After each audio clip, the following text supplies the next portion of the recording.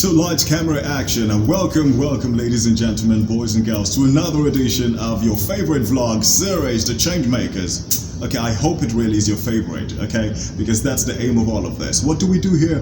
We majorly traverse the continent and seek out changemakers in this particular vlog series.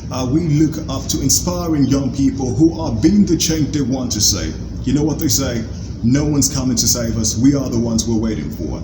My name's Babatunde Okola. Let's talk health. When it comes to healthcare, you discover that very few African countries, if any really, have been able to meet up with universal healthcare and global standards in terms of best practices. Why is this? We take a look at issues like funding, quality, and the lack of personnel. My guest today is a medical doctor who's had less than 3 years, but who's got a mileage and who's been able to take the initiative in certain aspects. I've heard someone introduce him as a community organizer, activist. You'll find out why in a bit. My guest is from Ethiopia. Is Suraphel Alemu. Suraphel, it's good to have you. Good to be here. I do make for a great hype man, right? Oh yeah, that's a perfect You're gonna pay someday to get that. Yeah, I like that. It's good to have you, man. Thank you. Now let's go straight. I do this little thing when I get to meet people. It's a game actually. Well, ask them, because the aim of Converse Africa's Changemakers is also to get people to know much more about Africa.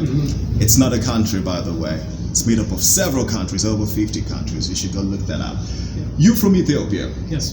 Tell me something, or tell us something, you know, that we most likely do not know about Ethiopia, being an African country. Right. Yeah, Ethiopia, man. It's a big country. A lot of people don't know that. It's the second most populous country, other than Nigeria in Africa. And it is also landlocked, which makes it interesting because it's the largest landlocked country in the world.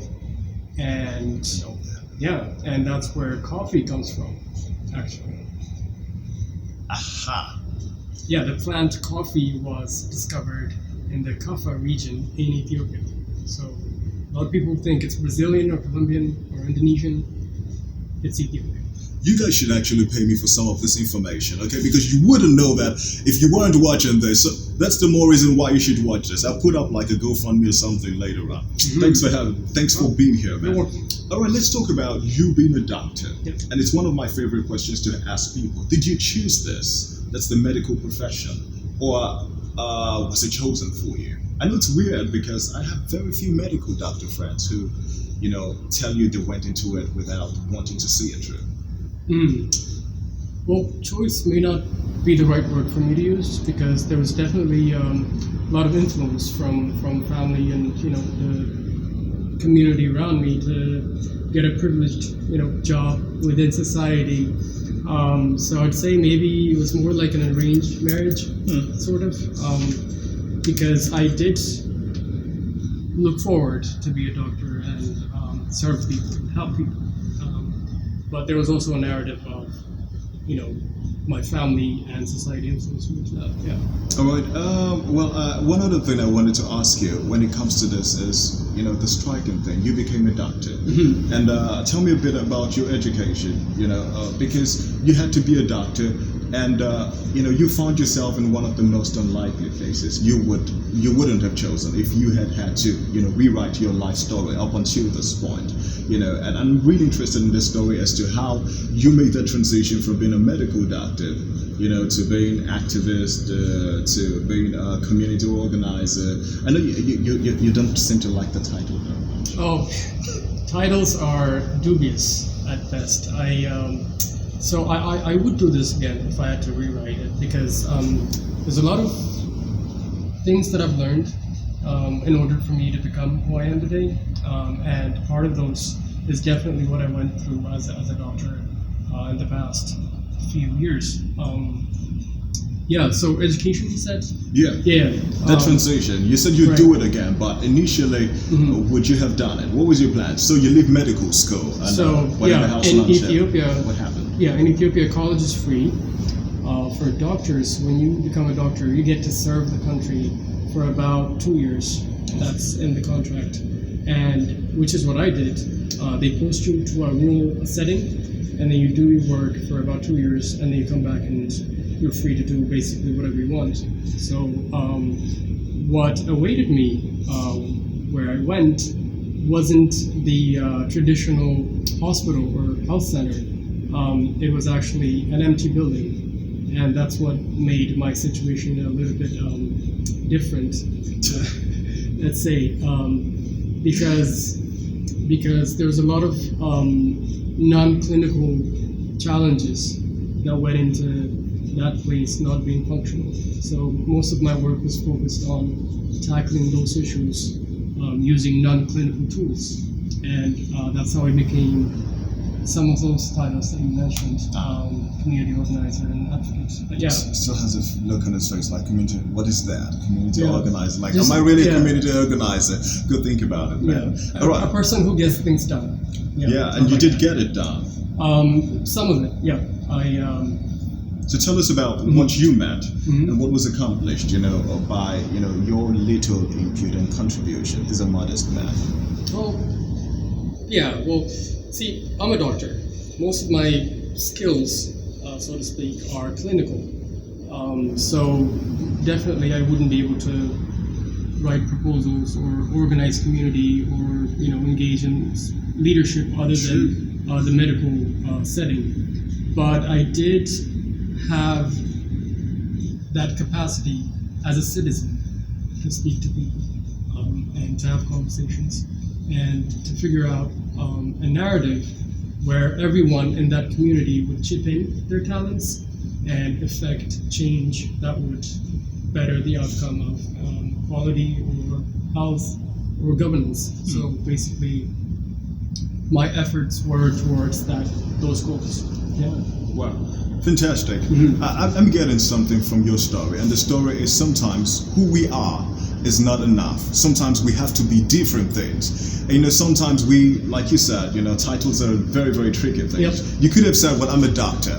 I'm not about stepping in that. The people need me. At most, you would have gone to the communities, done a couple of outreaches and all of that. But you had to get things done. You had to raise, funds for certain things, and you had to get the community involved in some of this. And this shows that sometimes we so bent, on going with the narrative and the stereotypes of how things need to be done. And so that's one lesson I've learned so far. Let's talk about healthcare in Ethiopia. What similarities do you see? I'm not necessarily saying good, it could be bad, but what necessary similarities do you see the Ethiopian healthcare system is having with other countries? You know how we say Africa is not a country, but sometimes the truth that it is a country when you take a look at some of the issues bedeviling it. Right. So what similarities do you see? Basic levels of governance, I'd say, because in most African countries, it is the government that services these major parts of society, like healthcare or economics or infrastructure. So because it is serviced by the government, it is not immune to those issues that affects other sectors in governance, like corruption or institutional problems. Well, So yeah, healthcare, like any other government sector, is affected by the same issues, the same bureaucracy that affects other sectors. I've never had anyone, put it that way, but it does make sense. Yeah. So, talking about best practices, you're of the belief that the government shouldn't, because you have global trends and people talking about the social democratic systems that seem to be operational well. It is the government's job to take care of me. It is, you have this them trying to strike the balance between universal healthcare, quality, and affordability. And a lot of experts have come up time and time again to say you can't leave healthcare to the government alone. It's not sustainable in the grand scheme of things and with budgets. What are your thoughts on that? Right. So Should we leave healthcare to the government? Should the government? I know it's a collective effort. Should the government? yeah. Well, the question is less of a should or and more of a could, because African countries, they're underdeveloped mostly, and we need our governments to take the priorities and take action to tackle the major issues. And so health becomes one of those platforms where the interface between state and people comes together, and it's always in action every day. So when we talk about healthcare quality, it is equally about the people as it is about the state. Yeah. Interesting. Mm-hmm. I want to ask you this. It's really similar to the last question I asked, but where do you think we're missing it when it comes to healthcare on the continent? There's been diverse thoughts on that. Funding, budgets, all of that. Well, you were in the industry. Yeah, You're so the expert, from what I have experienced, the model that we use is a supply-driven model where the government does its best to take care of its people. But we see other countries or where in settings where we have better quality, it's actually a demand-driven model. It's when the people get the care that they want that things are effective. And getting the care they want in the way they want it, not in the way the government can choose to do or can do. So taking the people's perspective, some of the policies that you make is really going to help towards ensuring better access and better quality. All right, I also want to talk about something else. Oftentimes, again, still a part of the last question. We talk about universality, we talk about affordability, we talk about quality healthcare. And then sometimes these concepts look so foreign, especially when we're talking about universal healthcare in most contexts when it comes to the African discourse, sort of. And then the conversations also shifted to, what are the African solutions for African problems that we've got right here? And so when you take a look at the model in the healthcare system, there's been a lot of advocacy for community-based, focused healthcare. How do you see this is playing out on the continent? Yeah, I mean, Africa has been there for millions of years, and people have lived there for millions of years before, governments and states and policies came about. So people knew how to take care of themselves before democracy came about, or these regimes that come and go. So the perspective of a community towards its own health and how it chooses to engage, how it chooses to take care of its own people should be appreciated. I'm talking about traditional practices, traditional health. We tend to downplay that. There's been talks about there should be a place where they meet, where there's a collaboration. Of course, we do need to modernize things and all of that, but there's sometimes you see a total disregard for no, that's not it. Science isn't. You know what I'm saying. And that's the thing about modernity is that it stops culture. What I mean is,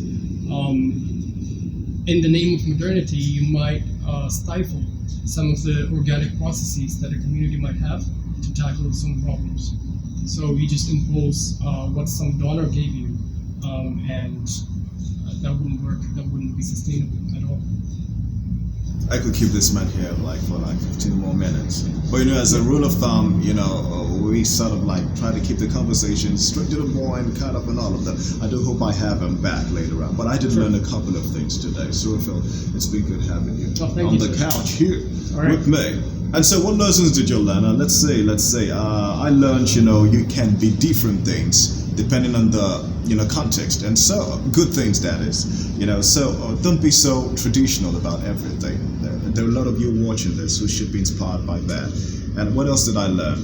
I learned a lot of things about Ethiopia. All right. And 3 things. I wrote that down. But that's what we do on the vlog series. My name is Babatunde Oklola. So who are we having here next? You'll have to watch the space to find out. Bye for now.